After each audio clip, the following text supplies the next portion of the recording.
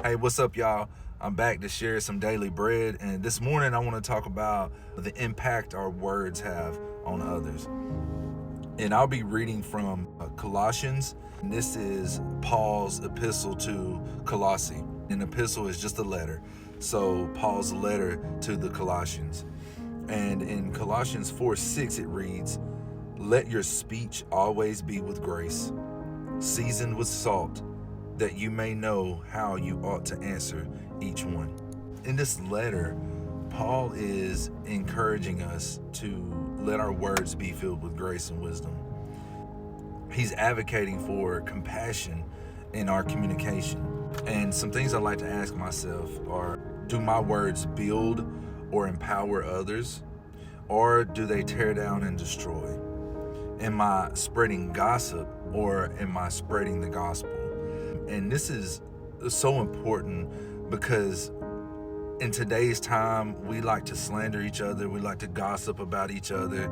We like to tear each other down, whether that's just a smart remark or telling someone that they're ugly or telling someone that their hair's messed up or talking about their clothes.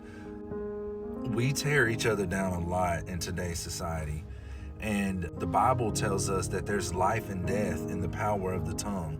So we're either speaking life into someone or we're speaking death onto someone. And I want to just draw your attention to the phrase Paul used, seasoned with salt. So in the Sermon on the Mount, Jesus is telling listeners, he says, "You are the salt of the earth." Right? So Christ is telling us that we're the salt of the earth. What is salt? So salt isn't just a seasoning, right? It isn't just to add flavor. In around 30 AD, this is when the Sermon on the Mount was, the listeners knew what Jesus was referring to when he said, "You are the salt of the earth." So salt during this time was used to purify, and it was used to preserve, right? There was no freezers, no deep freeze, right? There's no fridge, right? Their meats had to be preserved, so they would use salt to preserve the meat, which would hold off decay or to fight against decay. So Jesus is calling us to fight against decay, and our identity is salt. We're the salt of the earth. And then Paul is reminding us to season our words with salt.